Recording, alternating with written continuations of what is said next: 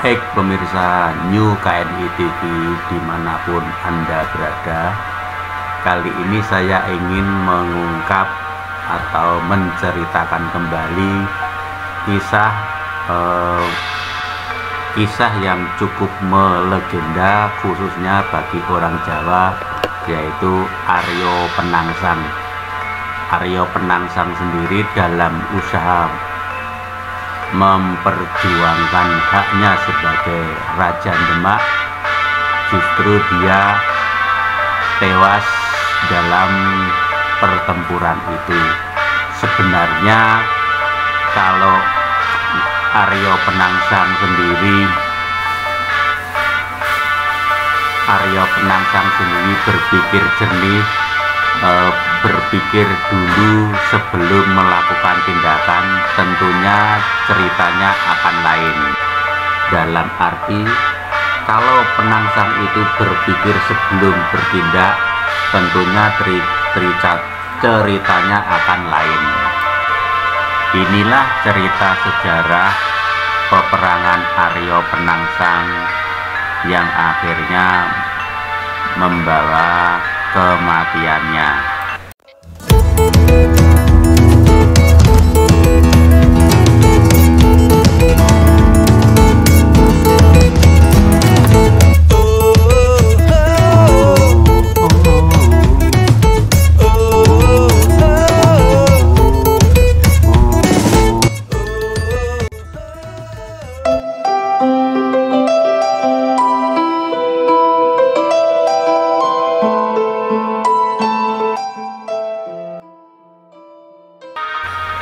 Asal usul dari Aryo Penangsang atau Aryo Jipang adalah Adipati Jipang yang memerintah pada pertengahan abad ke-16.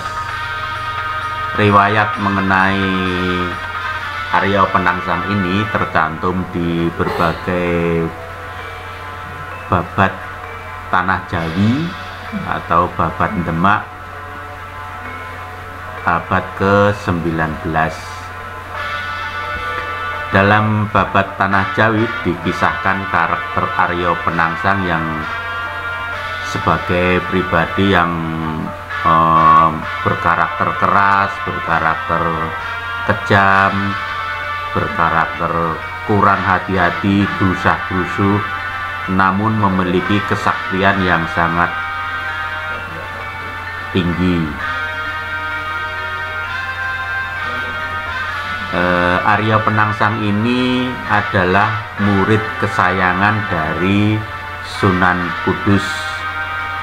Karenanya sama seperti gurunya yang memiliki kepribadian yang tegas dan kukuh. Baginya tidak ada kata kompromi dalam membela dan mempertahankan kebenaran. Menurut sejarah yang ada, Aryo Penangsang lahir di Lasem pada tahun 1505,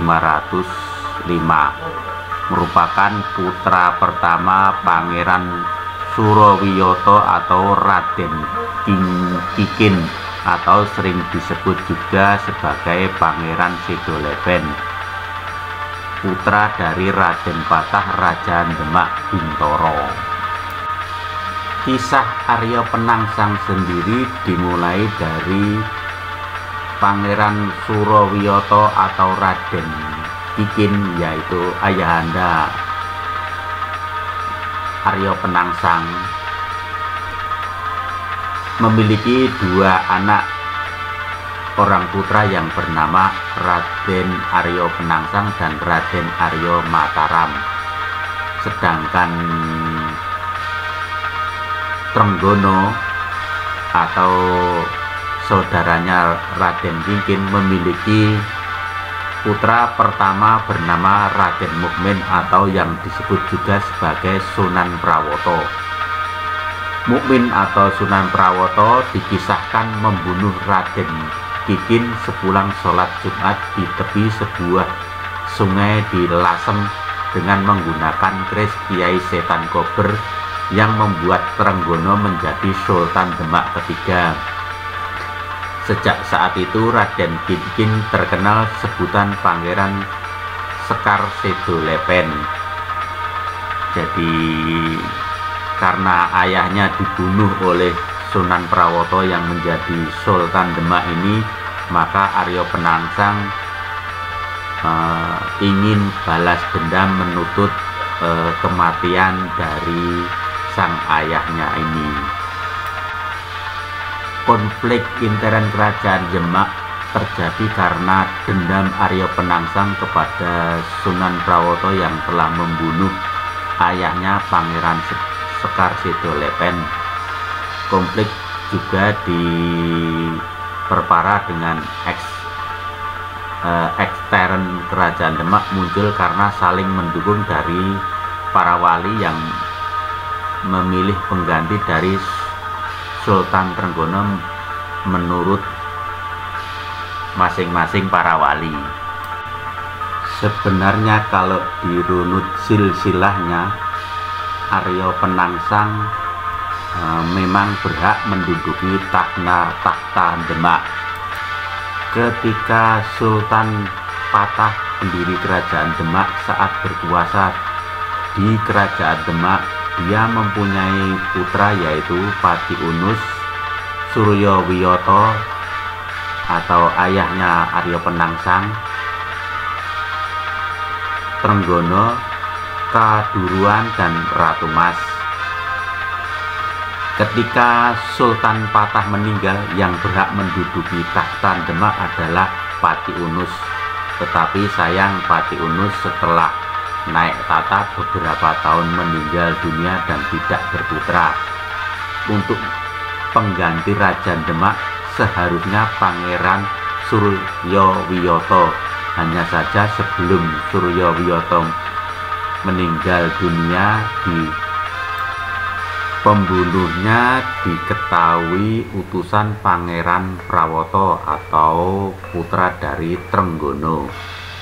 Karena Penangsang putra Suryowiyoto masih kecil, maka penggantinya adalah Trenggono. Sultan Trenggono memerintah Demak mencapai puncak kejayaan hingga menemui kematiannya saat menggebur Pasuruan. Jenazahnya dibawa pulang ke Demak dan dimakamkan di Demak. Sultan Trenggono mempunyai beberapa putra yaitu Prawoto, Ratu Kalinyamat, Ratu Adiwijoyo, istri Adiwijoyo, dan Pangeran Timur kelak penguasa Madiun.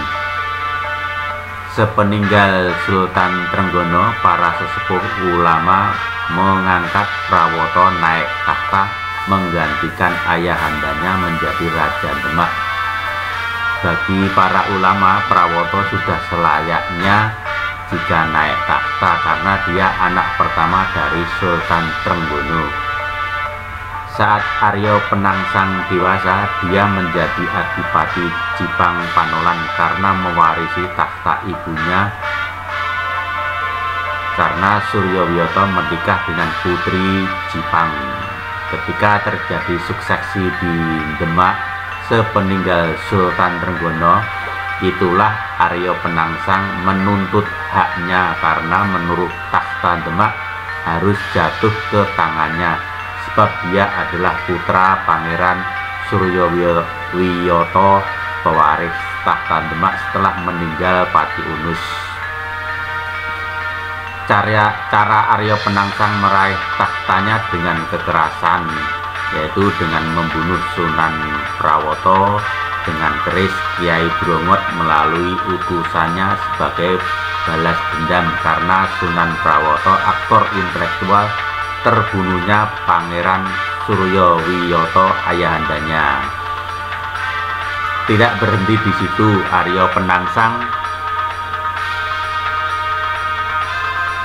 melalui utusannya juga berhasil membunuh Sunan Hadirin, suami Ratu Kalinyamat, saat pulang ke Jepara dari protes kepada Sunan Kudus karena merasa diperlakukan tidak adil dengan kematian kakaknya Sunan Prawoto karena ulah Arya Penangsang. Dengan terbunuhnya keturunan Sultan Prawoto, maka sekarang yang berhadapan dalam perang adalah keturunan Suryowiyoto Arya Penangsang dan keturunan Sultan Trenggono Adiwijoyo Raja Pajang menantu Sultan Trenggono. Di dalam babak inilah cerita Arya Penangsang itu cukup melegenda. Jadi peperangan antara Arya Penangsang dengan Sultan Hadiwijaya cukup melegenda. Perselisihan Sultan Hadiwijaya dengan Penangsang, Arya Penangsang diwakili oleh Ki Ageng Pemanahan dan sahabatnya Ki Penjawi dan putra kandung Ki Ageng Pemanahan yang bernama Sutowijoyo. Dalam cerita Babat Tanah Jawi, ketika pasukan Pajang datang menyerang kota Raja Jipang, saat itu Pangeran Arya Penangsang sedang akan berbuka setelah berhasil berpuasa 40 hari. Surat tantangan atas nama Hadiwijoyo membuat Arya Penangsang tidak mampu menahan emosi, apalagi surat tantangan itu dibawa oleh pekatnya pemelihara kuda yang sebelumnya sudah dipotong telinganya oleh Pemanahan dan Panjawi. Meskipun disabarkan adik Arya Penangsang yaitu Arya Mataram, Penangsang tetap berangkat ke medan perang menaiki kuda jantan yang bernama Gagak Rimang. Kuda Gagak Rimang dengan penuh nafsu mengejar Sutowijoyo yang mengendarai kuda betina melompati Bengawan. Perang antara pasukan Pajang dan Jipang terjadi di dekat Bengawan Sore, sekarang Bengawan Solo. Dalam perang tersebut perut Arya Penangsang robek terkena tombak Kiai Beret milik Sutowijoyo. Meskipun demikian, kesaktian yang dimiliki oleh Arya Penangsang membuatnya tetap bertahan, khususnya yang terburai dililitkannya pada gagang keris yang terselip di pinggang. Arya Penangsang berhasil meringkus Sutowijoyo. Saat mencabut keris setan keber untuk membunuh Sutowijoyo, usus Arya Penangsang malah terpotong sehingga menyebabkan kematiannya.